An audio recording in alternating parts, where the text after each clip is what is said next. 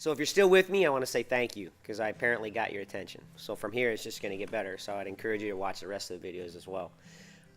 We're going to go through real quick 2 steps that we do at my school that I think are really pivotal. If you watch the previous video, it can tend to be a little overwhelming, and it's meant to be. It's meant to get people's attention because that's what's actually occurring in our community and our schools.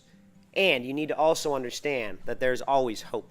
I usually in my trainings tell people, generally stories about kids in the system that Human Services told me would never change, or situations, or kids that were so violent and aggressive they would say that, this kid's not going to be able to do X, Y, Z.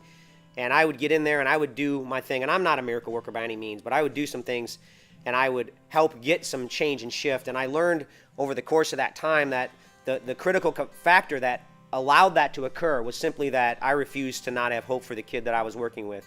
I believe they could change their life with every fabric of my being, and that's a critical component. I do a lot of conversation in my trainings about this. I'm going to combine another step with the step of how to create hope inside of a system, and that step is to start to verbalize talking about fears. If I could identify one of the single greatest destructive forces inside of a system, it is effectively fear.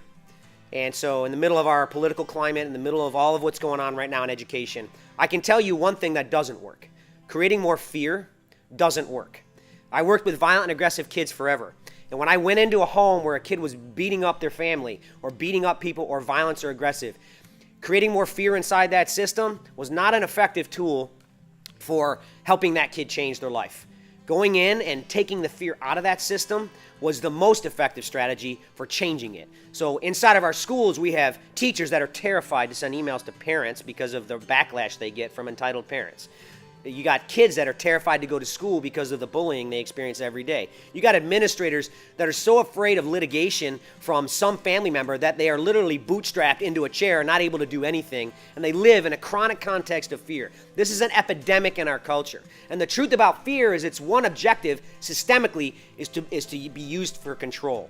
So if you want to know one thing you can do to change the fabric of your educational system or your school, you start to teach and model. If you're the principal, if you're the administrator, you start to model articulating fears out loud. Okay, I'm going to say that again. You start to teach or model articulating your fears out loud, especially if you're the principal, if you're the leader of that school.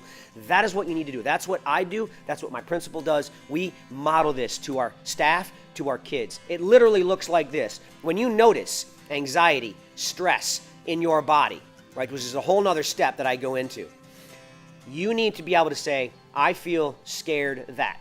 I'm afraid that. And you need to start to articulate that out loud.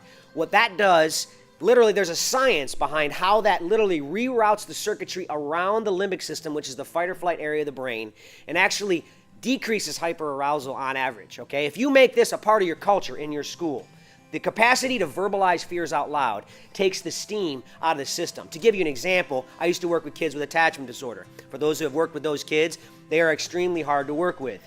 And I used to go to those kids constantly, and I used to articulate their fears for their life, which is exemplified by their anger and aggression.